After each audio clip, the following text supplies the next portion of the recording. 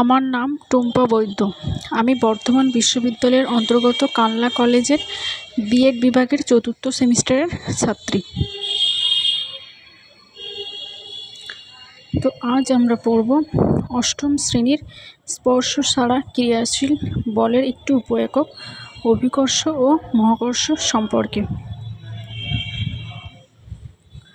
তো আজকে আমরা যে বিষয়গুলি সম্পর্কে জানব সেগুলি হলো অভিকর্ষ ও মহাকর্ষের ধারণা, নিউটনের মহাকর্ষ সূত্র, মহাকর্ষ সূত্রের গাণিতিক রূপ, সার্বজনীন মহাকর্ষ ধ্রুবকের একক ও মান, মহাকর্ষ বলের প্রভাব, মহাবিশ্বের যে কোনো দুটো বস্তুকণা পরস্পরকে সরলরেখা বরাবর আকর্ষণ করা সত্ত্বেও প্রতিটি বস্তুর সঙ্গে অন্য বস্তুর ঠোকাঠুকি না লাগার কারণ কী সে সম্পর্কেও জানব। এছাড়াও আমরা জানব অভিকর্ষজ ত্বরণ কী, অভিকর্ষজ ত্বরণের মান এবং পৃথিবীর বিভিন্ন স্থানে অভিকর্ষজ ত্বরণের মান সম্পর্কে জানব।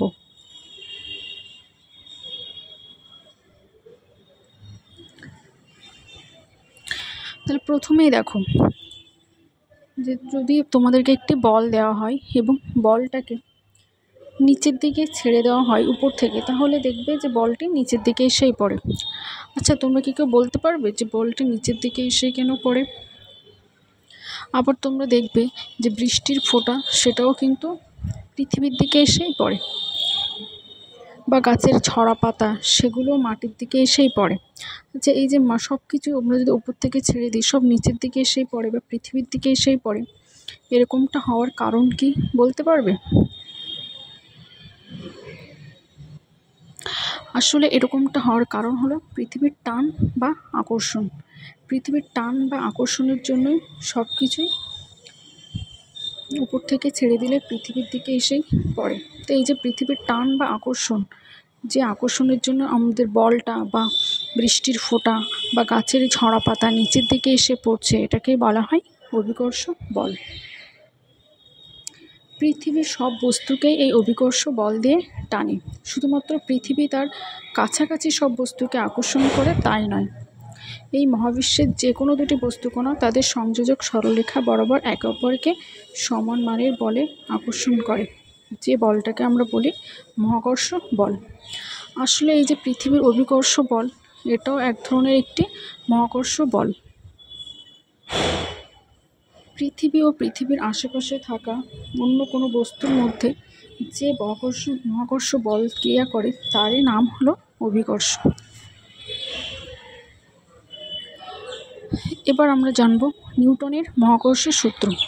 তাহলে এই যে আমরা বললাম যে মহাকর্ষ বল কি না, যে মহাবিশ্বের যে কোনো দুটো বস্তু কণা তাদের সংযোজক সরলরেখা বরাবর আকর্ষণ করছে, এবার এই আকর্ষণ বলের পরিমাণটা কতটা সেই সম্পর্কে বিজ্ঞানী স্যার আইজ্যাক নিউটন প্রথম ধারণা দেন এবং তিনি একটি সূত্রের অবতারণা করেন, যেটি নিউটনের মহাকর্ষ সূত্র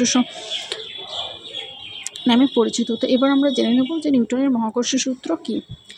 মহাবিশ্বের প্রতিটি বস্তুকণা একে অপরকে তাদের সংযোজক সরলরেখা বরাবর আকর্ষণ করে এবং এই আকর্ষণ বস্তুকণাদ্বয়ের ভরের গুণফলের সমানুপাতিক এবং তাদের মধ্যবর্তী দূরত্বের বর্গের ব্যস্তানুপাতিক। তাহলে দেখা যাক, আমরা নিউটনের মহাকর্ষ সূত্রে বললাম যে মহাবিশ্বের যে কোনো দুটি বস্তুকণা তাদের সংযোজক সরলরেখা বরাবর আকর্ষণ করে এবং আকর্ষণ বল তাদের ভরের গুণফলের সমানুপাতিক। অর্থাৎ এখানে দেখো ছবিতে দুটো বস্তু আছে, একটা ব্লু কালারের একটা ইয়েলো কালারের। ব্লু কালারের বস্তুটার ভর আমরা ধরলাম m1 আর ইয়েলো কালারেরটা ধরলাম m2 এবং এদের মাঝের দূরত্বটা ধরলাম d। অর্থাৎ m1 ও m2 ভরের বস্তু দুটি পরস্পর থেকে d দূরত্বে রয়েছে এবং এদের মধ্যে ক্রিয়াশীল মহাকর্ষ বলটাকে যদি আমরা ক্যাপিটাল F ধরি, তাহলে আমরা সূত্র অনুযায়ী বলতেই পারি যে মহাকর্ষ বল F বস্তুদ্বয়ের ভরের গুণফলের সমানুপাতিক, অর্থাৎ F proportional to m1 O m2। আবার আমরা কি জানলাম যে বস্তুদ্বয়ের মধ্যবর্তী দূরত্বের বর্গের ব্যস্তানুপাতিক, অর্থাৎ F প্রপোর্শনাল টু 1/d²। তাহলে এই দুটো সমীকরণ থেকে আমরা লিখতে পারি F proportional to m1 m2 by D square. এখন এই সমানুপাতিক চিহ্নটিকে তুলতে গিয়ে আমরা একটা ধ্রুবক দিয়ে গুণ করব। এখানে ধ্রুবকটাকে আমরা ক্যাপিটাল জি ধরলাম, অর্থাৎ F equal to capital G into m1 m2 by D square. এটি হলো নিউটনের মহাকর্ষ সূত্রের গাণিতিক রূপ। এখানে এই যে ক্যাপিটাল জি, যেটাকে আমরা সমানুপাতিক ধ্রুবক ধরলাম, এটা হলো মহাকর্ষ ধ্রুবক, অর্থাৎ সার্বজনীন মহাকর্ষ ধ্রুবক। এবার আমরা এই সার্বজনীন মহাকর্ষ ধ্রুবকের একক ও মানটা জেনে নেব। তাহলে মহাকর্ষ সূত্রের গাণিতিক রূপ থেকে আমরা পেয়েছিলাম capital G F equal to G into m1 m2 by D square. তাহলে এখান থেকে আমরা লিখতে পারি G equal to F D square by m1 m2, যেখানে এফ হলো বল নিউটন এবং ডি হলো ডিস্টেন্স, যার এসআই একক মিটার, এবং m1 ও m2 হলো ভর, যাদের এসআই একক হচ্ছে কেজি। তাহলে এখান থেকে আমরা বলতে পারি এসআই পদ্ধতিতে জি এর একক newton into metre square by kg square. এবং আমরা এসআই পদ্ধতিতে জি এর মানটাও জেনে নেব। এখানে এসআই পদ্ধতিতে জি এর মান হচ্ছে 6.67 into 10⁻⁻11 Newton metre square kg⁻²।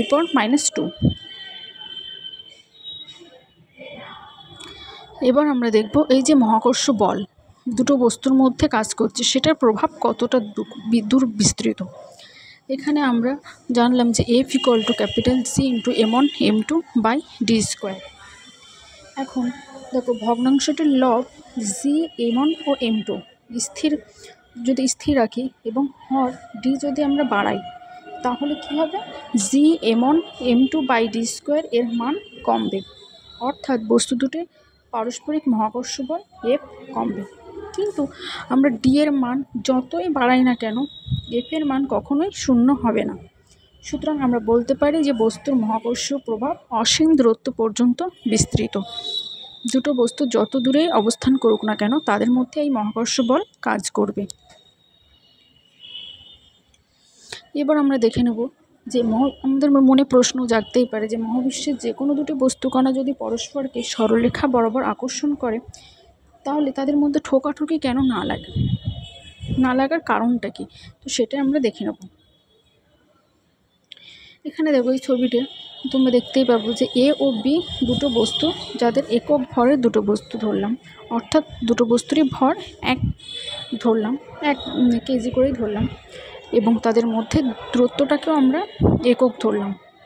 তাহলে যদি দুটি একক ভরের বস্তুকণা পৃথিবীর উপর পরস্পর থেকে একক মিটার দূরে থাকে, তাহলে তাদের মধ্যে ক্রিয়াশীল মহাকর্ষ বল, যদি আমরা সেটাকে F1 ধরি, তাহলে F1 equal to G into capital m1 m2 by D square.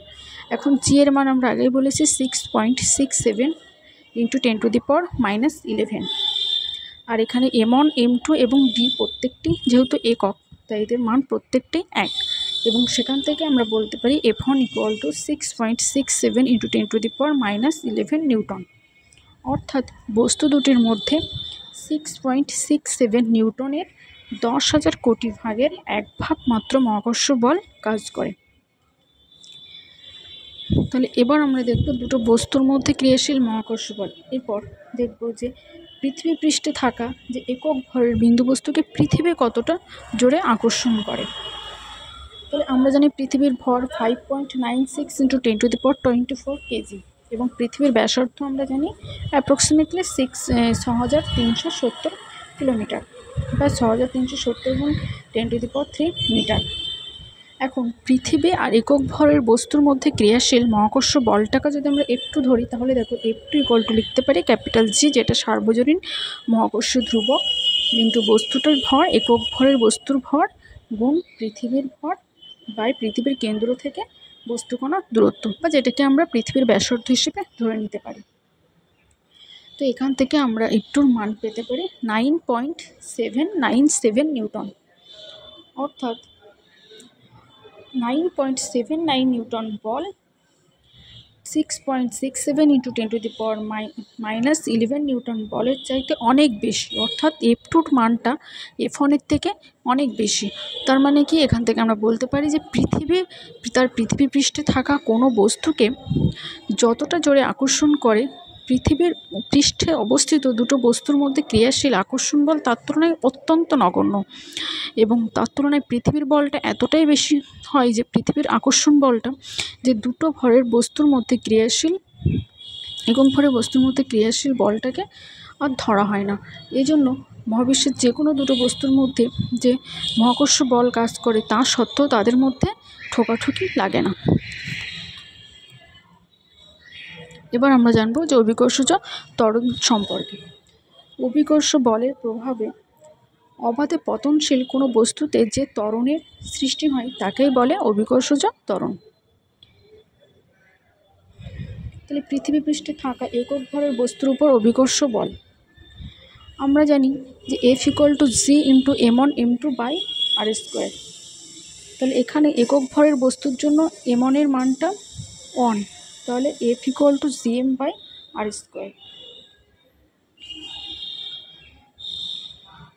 এখন একক ভরের বস্তুর উপর পৃথিবীর অভিকর্ষজ ত্বরণকে স্মল g দিয়ে প্রকাশ করা হয়, যেখানে স্মল g = Gm/r²।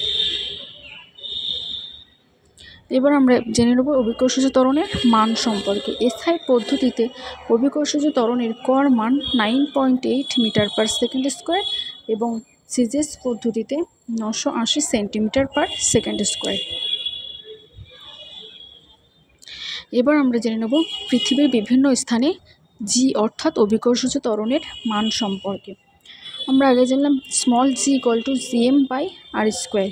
এই সূত্রটিতে যেহেতু ক্যাপিটাল জি ও ক্যাপিটাল এম কি না, সে দুটো জি হচ্ছে সার্বজনীন মহাকর্ষ ধ্রুবক এবং ক্যাপিটাল এম হচ্ছে পৃথিবীর ভর। যেহেতু ধ্রুবক দুটোই তো চেঞ্জ হয় না, তাই জি এর মান আর এর উপর নির্ভর করে, কারণ আরটাকে পরিবর্তন করা যায়। যেহেতু আর এর মান পৃথিবীর মেরু অঞ্চলে কম, তাই অভিকর্ষজ ত্বরণের মান মেরু অঞ্চলে অনেক বেশি হয়, এবং নিরক্ষীয় অঞ্চলে আর এর মান বেশি হওয়ায় জি এর মান নিরক্ষীয় অঞ্চলে তুলনামূলকভাবে কম হয়।